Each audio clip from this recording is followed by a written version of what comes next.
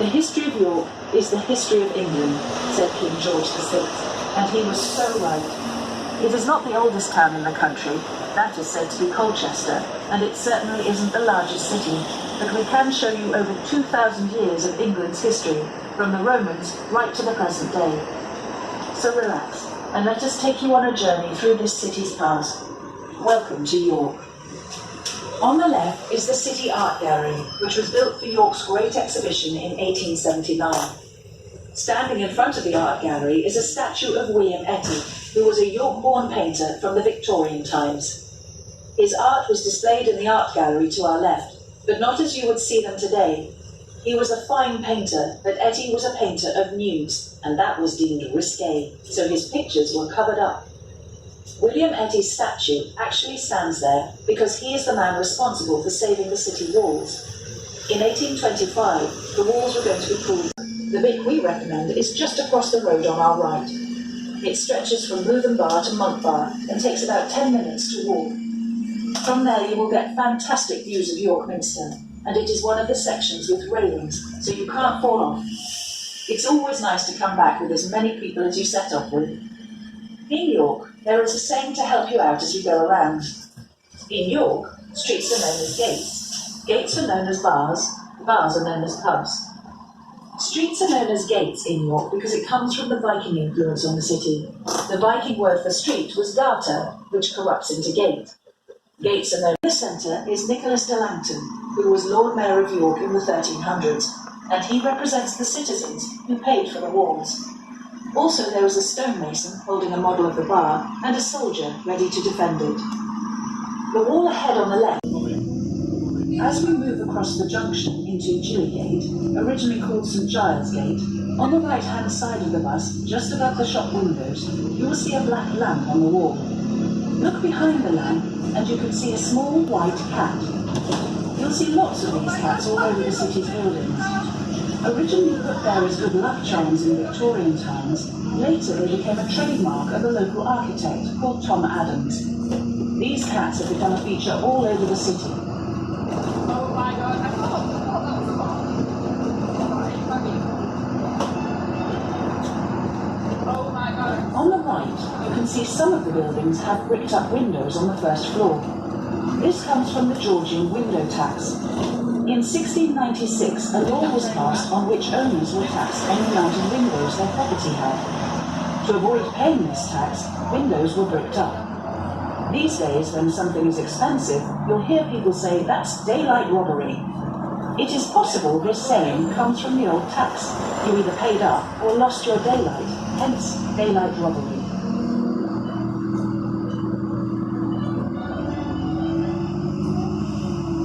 In Lord Mayor's Walk, look to the right and we will get a nice view along the city walls. You can still see the defensive moat at the foot of the walls. This once would have been full of filthy water and rotten waste.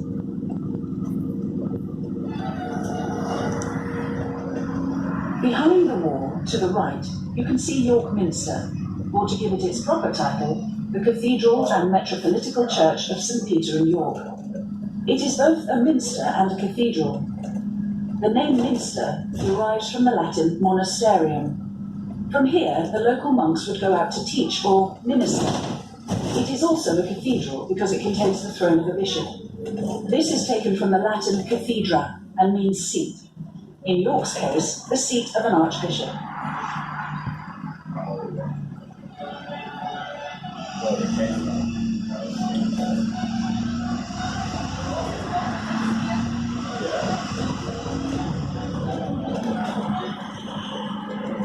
Keep looking on your right, and as we turn, you will see Monk Bar, which is the tallest of York's gateways, standing at 63 feet, or 19.2 metres in height.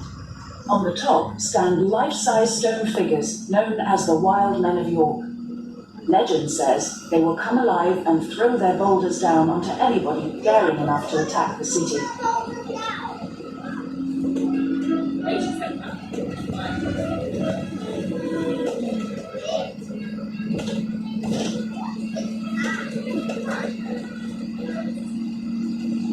If we were to follow the road ahead of us across the roundabout for about 10 miles, we would come to Castle Howard, a stately home dating back to about 1700. Castle Howard is where the period drama Brideshead Revisited was filmed. With its elegant house, beautiful gardens and lake, it is well worth a visit.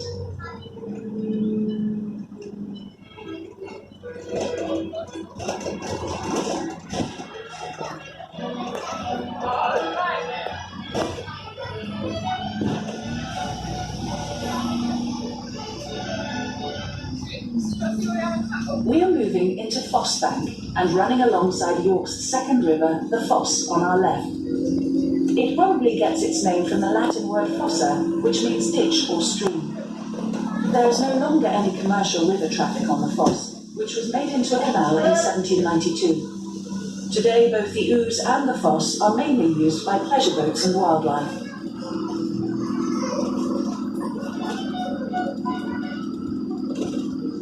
Looking to the right is Sainsbury's supermarket. In the 1980s, when this was Just watch your heads on the trees, guys.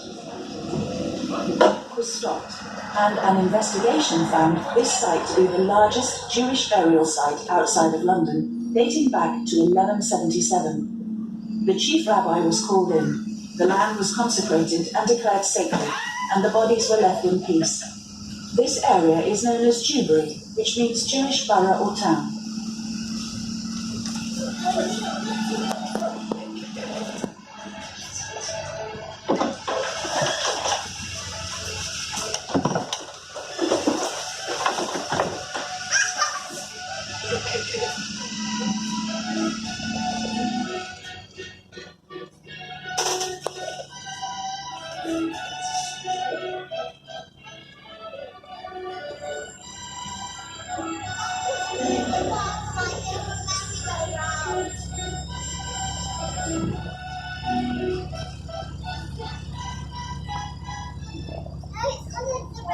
Ahead of the bus, we can see a tall chimney standing high and proud, but it's not actually attached to anything anymore. It is all that is left of the York Destructor incinerator, which was used to burn the city's rubbish. It was closed some years ago. The chimney itself has been preserved due to the fact it still has camouflage paint on it, dating back to the Zeppelin raids of the First World War. Completely circled the city, as there was no need for a wall where they met water. There would have been a tower at the end of the wall known as a postern. It was demolished in 1829 to make way for traffic. Yeah? As we turn onto Peasholm Green, on our right is St Cuthbert's Church. The church is mentioned in the Domesday Book of 1086, the book in which William the Conqueror listed all of the property and land he took over when he invaded, so he could tax the locals. Notice the church has two doors, a large door with a porch to the left-hand end, and a smaller door to the right-hand end. The small door is known as the Devil's Door, and legend has it that the door should be left open during baptisms to allow the devil to escape from the child and the church. The actual age of the church is a bit hazy, but it probably dates back to Saxon times.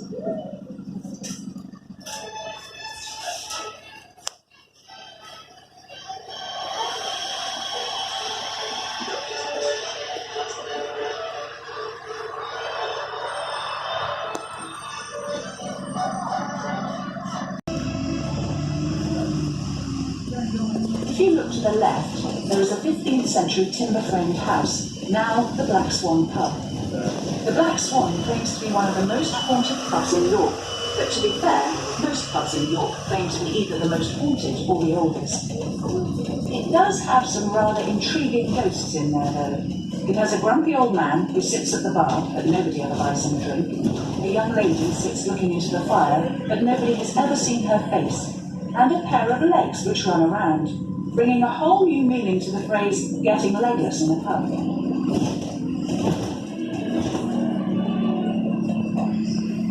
This brings us into Stonebow. This is our nearest stop for York's most famous street, the Shambles, the medieval cobbled street of the butchers, the market, the city centre shops, and the Merchant Adventurous Hall. Please alight here for any of these places.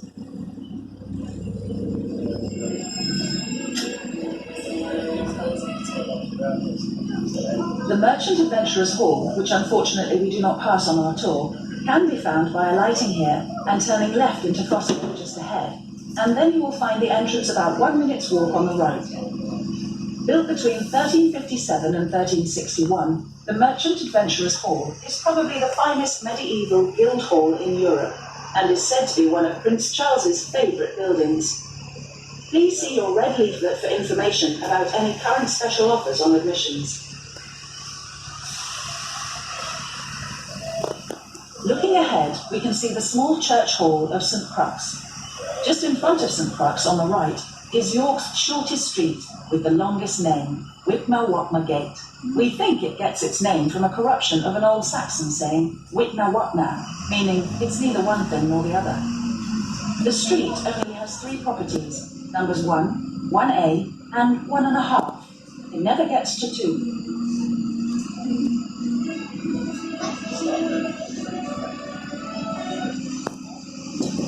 Just past the church hall of St Crux on the right is the Shambles, York's most photographed street. The Shambles probably gets its name from an old Danish word, fleshamels, which means the street of the butchers. The flesh was the meat, and the shamel was a large window ledge outside the shop where meat would be displayed.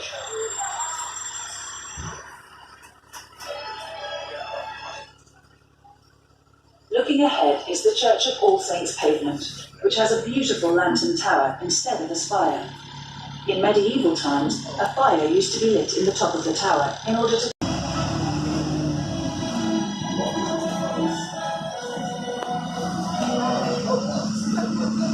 We move into Coppergate. It doesn't get its name from the metal copper as you might think, but from cupra, the Norse word for cup maker. It was when the new Coppergate shopping precinct was being built in the late 1970s and early 1980s that over 40,000 finds from a Viking settlement were unearthed, beautifully preserved by the silt and mud around here.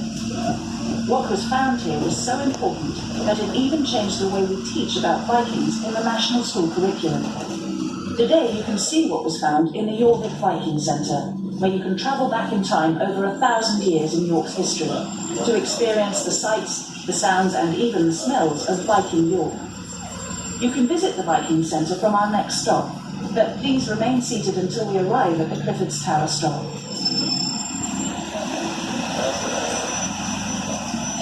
At the end of Coppergate, on the left, is Castlegate, the original street to the castle. In Castlegate you will find the Church of St Mary's, which has the tallest spire in York, and Fairfax House, which is a beautifully renovated Georgian house, built between 1740 and 1745.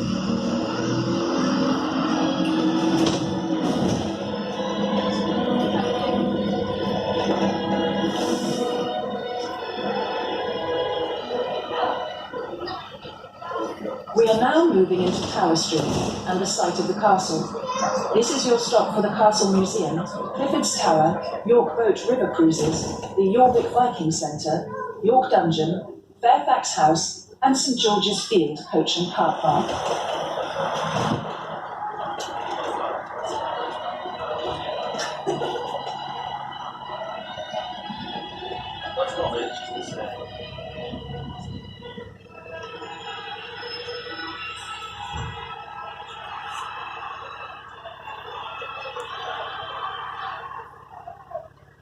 Clifford's Tower is on our left.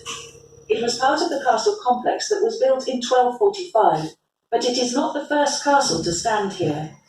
Originally, there were 2 castles, one either side of the river.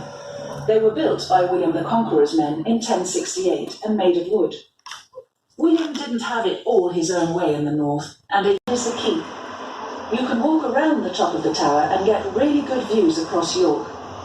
The tower is looked after by English Heritage, and there is an admission charge to go inside. The reason you can get good views is that the tower's roof is missing. It was there until St George's Day 1684, when a gun salute went spectacularly wrong. The soldiers managed to set fire to the gunpowder store as well as the cannons. Look at the building on our left. It used to be the Assize Courts. These days it is the Crown Court. As we pass by, you can see the bars on the cell windows. Those on trial here are still held in the same cells the offenders were held in over 200 years ago. This is due to the building being a Grade 1 listed property, so it cannot be altered inside or out.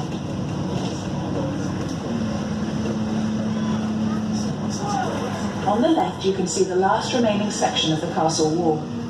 Look left as we pass the circular drum tower, and you can see where the drawbridge would have been at the base of the wall.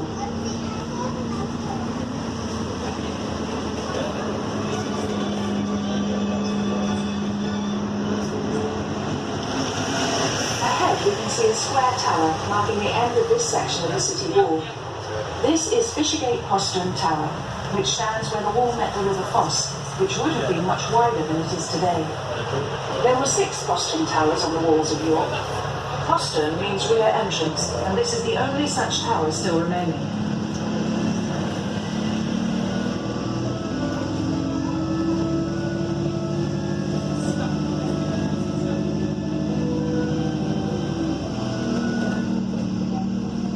Over the hedge to our left is the graveyard of St George's Church, which has just one upstanding headstone in it. Those on the bottom deck may see this headstone through the gates on the left as we turn. This is the grave of Dick Turpin, the notorious Georgian highwayman who robbed stagecoaches in the 18th century.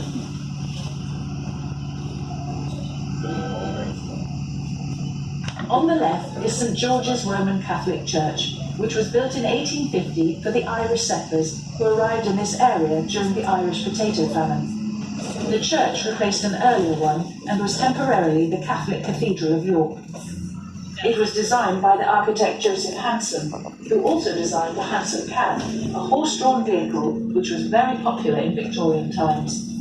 An example of a Hanson Cab can be seen in the Castle Museum.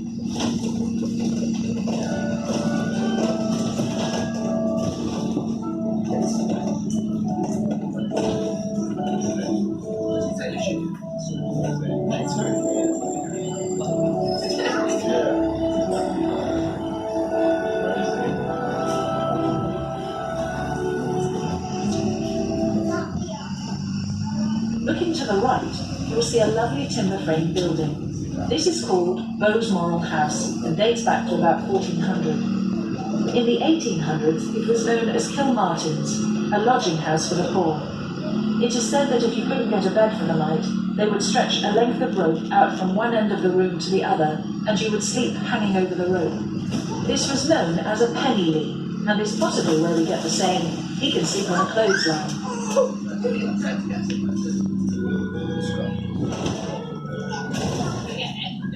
Straight ahead of us is Mickelgate Bar, the most complete gateway on a city wall, not only here in York, but also in the United Kingdom.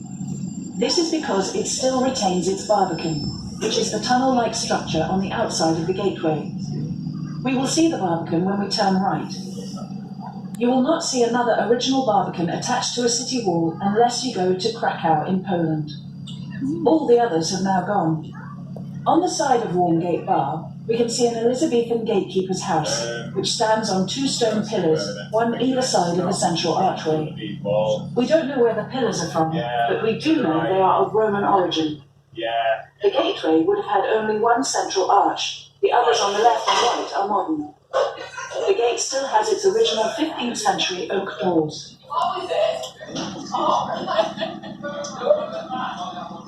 The Barbican is an extra defensive structure on the outside of the gate.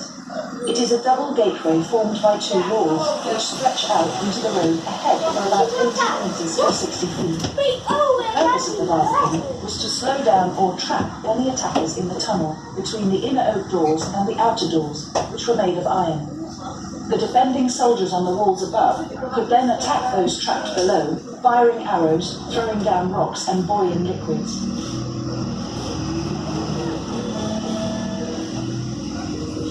As we turn right, look to the right, and you will have a brief view inside the Barbican.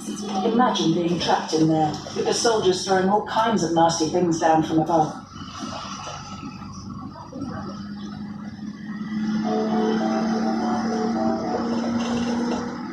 In 1828, the city's cattle market was relocated to this area. Cattle and sheep were brought here from all over the country to be traded. The flat grassed areas at the foot of the walls were where livestock were kept in pens awaiting their sale. In 1971,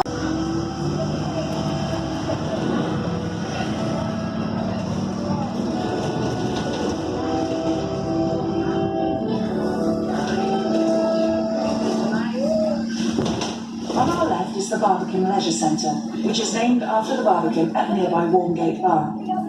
This is where the UK Snooker Championship has been held many times, and it is also a music and entertainment venue.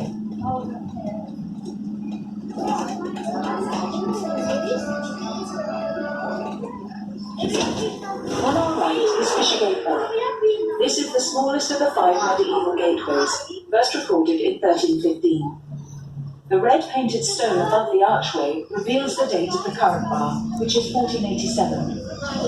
2 years after that date, the gateway was attacked and damaged in the Yorkshire Peasants' Revolt against Henry VII. The rebels burned the gates of the bar after murdering the Earl of Northumberland. The gateway was bricked up soon after and wasn't reopened until 1834 to give better access to the coffee market. Fishy Gate is the road to Fulford, a village just south of York. This was the site of the Battle of Fulford on the 20th of September 1066, where the Vikings beat the Saxons. The Saxon army then returned the favour at the Battle of Stamford Bridge, just 5 days later. Just 3 weeks later, however, there was a third, more famous battle, the Battle of Hastings, where the Saxons, led by Harold Godwinson, were defeated by the Normans, led by William the Conqueror.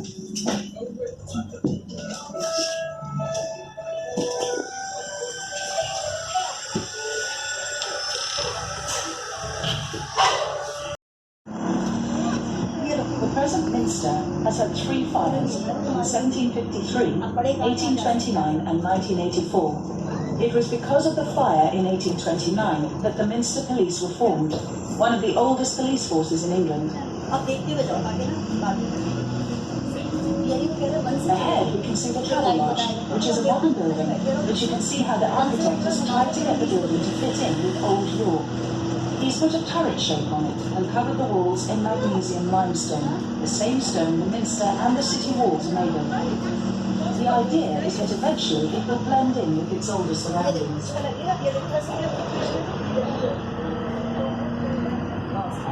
Look to the left, and you can see in the distance the glass structure above the River Foss. This is York's flood barrier. A barrier is lowered from this structure to stop the River Ouse backing up the River Foss, and this stops the eastern side of the city from flooding. Unless it fails, as it did in such spectacular fashion on Boxing Day 2015.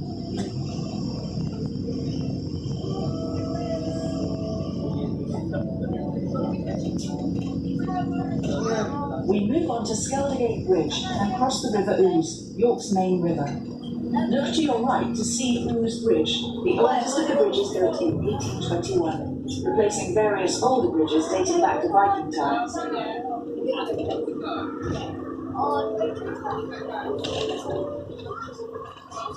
Look to your right, and you will see the city walls at Bayle Hill, the grass mound with trees growing on it.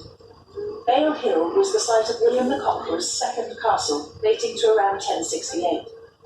Nothing remains of it, however, because it was only ever made of wood, and nobody wanted to pay for its upkeep. Eventually, it was found to be in such a sad state of repair, it was pulled down.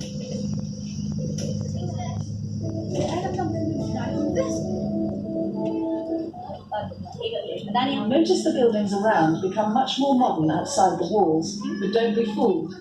There used to be older buildings outside the city walls, but in 1644, York was under siege for 3 months during the Civil War. Around 30,000 parliamentarian troops surrounded the city. However, it is said it was the Royalists defending the city who pulled down the buildings outside the walls to get a better view of those attacking them.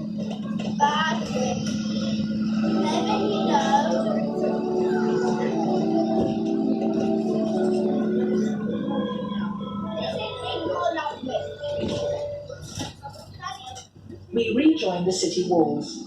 On the right, just past the trees, is another gateway called Victoria Bar. Coppergate only opened in 1838 to ease the flow of traffic through Mickelgate Bar. which had started to get congested. We will pass Mickelgate Bar shortly.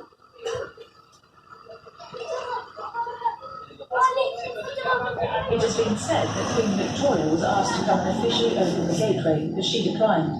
You can probably see why. It never had towers or a barbican. It's just 3 holes in the wall.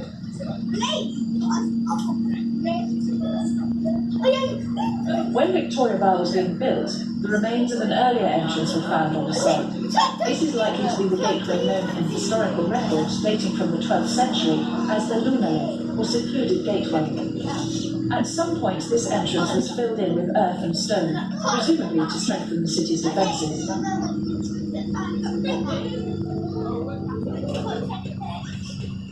At the foot of the walls, there used to be a moat, which was a defensive ditch.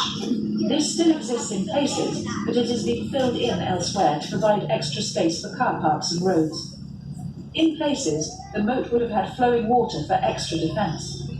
In other parts, the moat would have just been a dry ditch, filling up with rainwater, rubbish and sewage, which was also an extra defence. Look, that's the normal.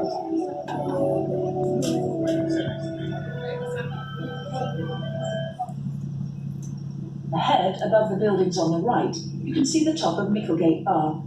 Mickelgate's name comes from Mickelgate, meaning Great Street, and it is said to be the front door to York. It is also known as the walked-off, oiled, rolled-in tower and stuck on a slab on the top as a warning to those coming into the city.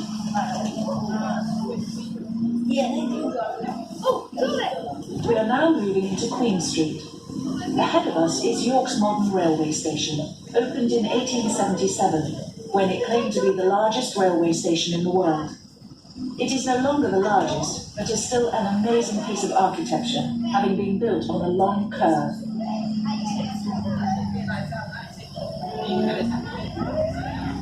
The first permanent station was built down to our right inside the walls. The large arches were knocked through the walls to allow the trains into the station in 1841. The trains would go through the arches and then have to sweep left to the old station inside the walls. It wasn't very practical, as once you got the train in there, it then had to be turned around to get back out, and this proved to be problematic. It would have been fine if it was only 1 or 2 trains a day, but York was becoming a very busy station, which soon saw over 300 trains a day coming to York. The new station was built to alleviate this problem in 1877.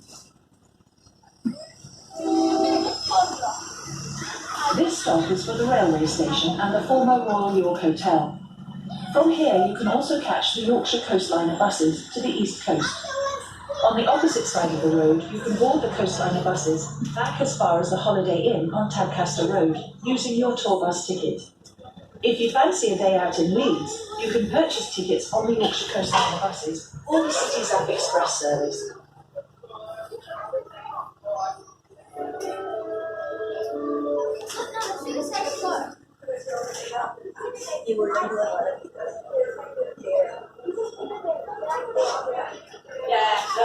The hotel is the largest in York, and when we go further along, we can get a truer picture of its size.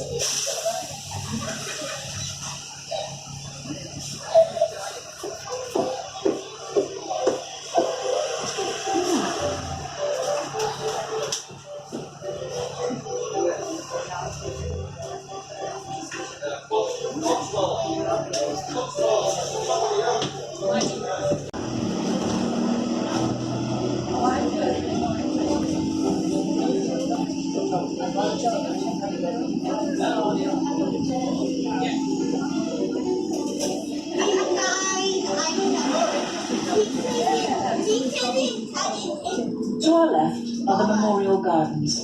These are gardens dedicated to those who lost their lives in the First and Second World Wars. This is our nearest stop for the National Railway Museum.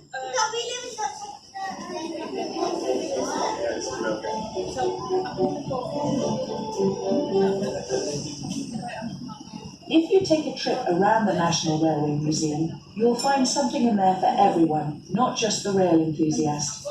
Do allow plenty of time for your visit there, as the museum is huge. It is also every Yorkshireman's favourite price to enter: free.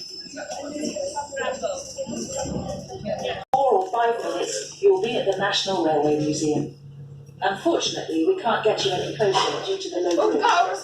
Go. The wonderful place called the Warehouse, where they have all sorts of things you wouldn't think has got anything to do with the railways. Crockery and furniture and all sorts of stuff like that. And there's the brief encounter restaurant. He never came anywhere close to an encounter with the briefs, but that was the 1940s for you. So, if you have the time, do give the National Railway Museum a try. And we shall now head off back in towards the centre of York. Looking through the trees ahead, we can see the true scale and stature of the former Royal York Hotel. As we said, it used to be called the Royal York, but shouldn't have been, as none of the royal family have ever stayed in it.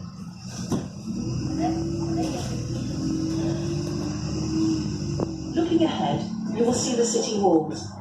If you look through the arch, you will see a cream-coloured building. This is the original station hotel.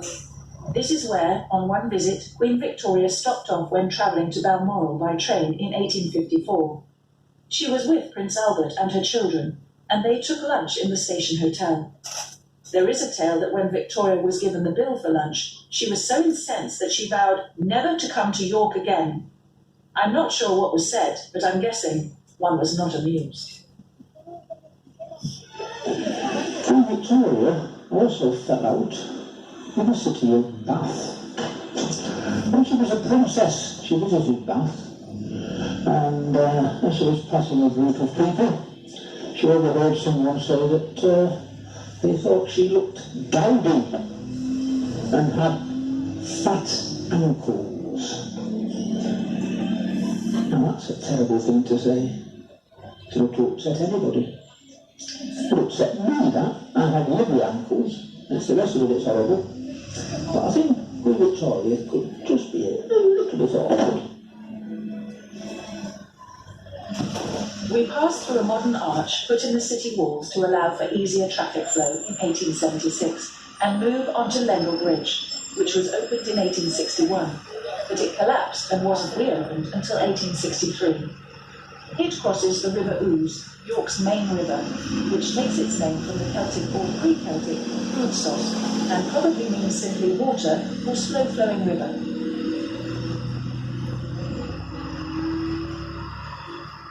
On the left is a tower with a conical-shaped roof. This is Barbican Tower. It used to be the ferryman's cottage and was part of the city's defences when a chain would have been stretched across the river to the tower on the far bank to stop ships from attacking the city and to stop ships from leaving without paying their taxes.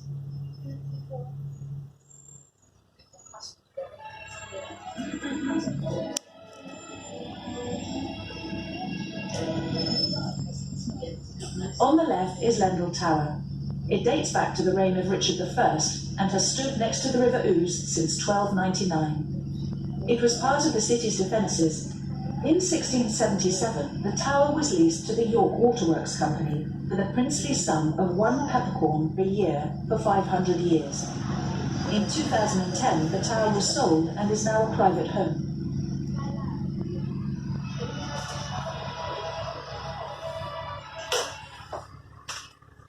Our next stop is for the museum gardens, the Yorkshire Museum, Betty's Tea Rooms, and York Boat River Cruises. Of the monasteries in the 1500s. Also, you will see some of the Roman fortress wall and the Multangular Tower, as well as the remains of St Leonard's Hospital, which was closed in 1539. The hospital's main function was to care for the sick, the poor, the old, and the infirm. The garden also houses the Yorkshire Museum.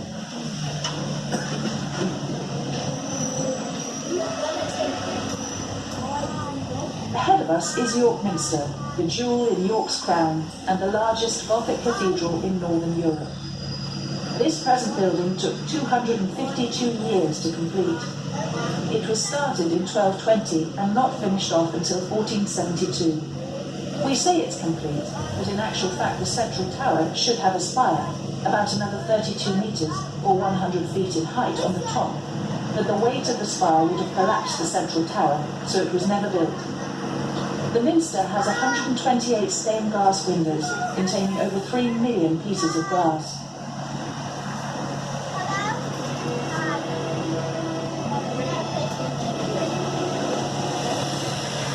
York's churches have over half of all the medieval stained glass in the country. A lot of it is in York Minster. The reason for this comes from the siege of York in 1644. When it surrendered, the royalists... This is because the man in charge of the parliamentarian soldiers was Sir Thomas Fairfax, and he was from around these parts, so he didn't want to see the city destroyed.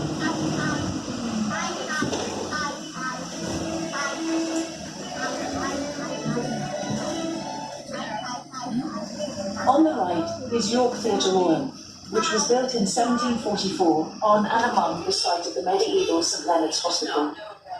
It has undergone several refurbishments. The one in 1880 replaced the front of the building with this Victorian look, which some say is because the man who designed it didn't particularly like York. This brings into stop number 1 on our map, Exhibition Square. Now, there's a good stop. We use that one just ahead of us, but you can see the golden tours buses on there, so we'll have to stop back here, leave room for other services to get in and out. So this is where I have a ferry, then just ask you if you just get off and wait for the next bus to come in. It may? Well, I tried, I'm not sure. Some of them do and some of them don't. That'll help you out, and then okay, yeah, just right there, and they'll sort you out. Just tell them this one is our sequence. Okay? Alright, what's that happening with this you pay? Thank you. Sorry about that, but... It's okay.